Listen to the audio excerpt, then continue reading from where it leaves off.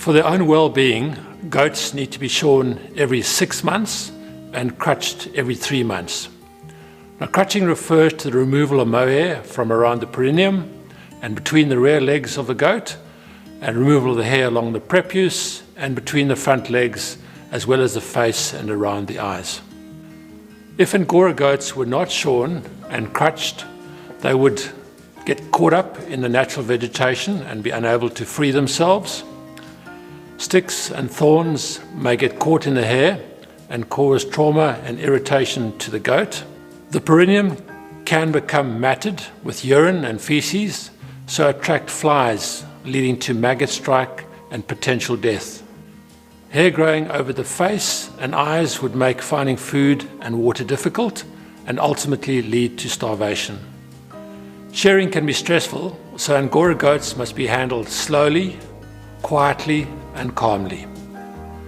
Angora goats are creatures of habit, and once they are familiar with a set of facilities or handling procedures, they will be expected to be treated the same way each time. Before goats are handled, they must be allowed to become familiar with their immediate surroundings and time to settle. Kids, even when handled gently and calmly for the first time at shearing, are very vocal by nature and will bleat excessively, even when there is no apparent reason to stress. At their second shearing, when they are more familiar with their handling and shearing process, this vocalization is dramatically reduced. Goats may be caught in the following ways: the back leg above the hock, the base of the horn, or wrapping one arm around the chest or neck of the goat and the other around its back end. They must not be caught by the fleece, tip of the horn, the ear, the leg below the hock. Once the goat has been caught, it should be restrained by holding it in the following ways: by the base of the horn and the other hand holding beneath the chin, or with one hand or arm in front of the chest or neck and the other wrapped around its rear end. Use an open hand to hold firmly and do not hold onto the fleece or tail. The goat should be moved with one hand or arm under the neck and the other around the rear.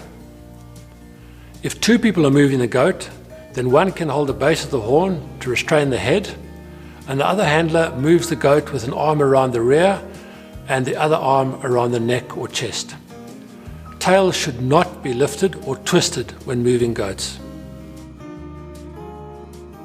When a goat is turned for a procedure such as hoof trimming or shearing, it must be done in a calm and controlled manner. With the goat standing against you, pass the one arm around its neck to keep the goat restrained, while the other arm is passed over or around its back to grasp a hind leg. The front arm can hold a front leg above the knee or support the neck as you lift the hind leg. The goat is lifted and turned, making sure you're in control to set it down gently. The goat must not be dropped. The goat should be seated on its rear end with its back supported between your legs, and one hand can hold the base of the horn if needed. The farmer should be present in the shearing shed during the shearing process to ensure the welfare of the Angora goats under his care. When this is not possible, he must appoint a trained responsible person to oversee the welfare and handling of the goats. Cameras in the shearing shed for monitoring and recording proceedings can be helpful, both for welfare and security reasons, but are not mandatory. Shearing should be done by trained, accredited shearers. Shearers must observe the industry standards as prescribed in the shearing manual. The head of the shearing team must sign the contractor's declaration as per the responsible mohair standard to ensure that the head of the shearing division will take responsibility for their team. Shearing standards operating procedures must be visibly displayed in the shearing shed. Hand shearing by competent and trained hand shearers is permitted when the use of machine shears would otherwise be detrimental to the welfare of the Angora goat due to logistical reasons such as having to transport or herd the goat large distances in order to reach a source of power. Goats should be returned to food and water as soon as possible after the shearing. Facilities must be available to shelter the goats from adverse weather conditions for at least 4 weeks after shearing.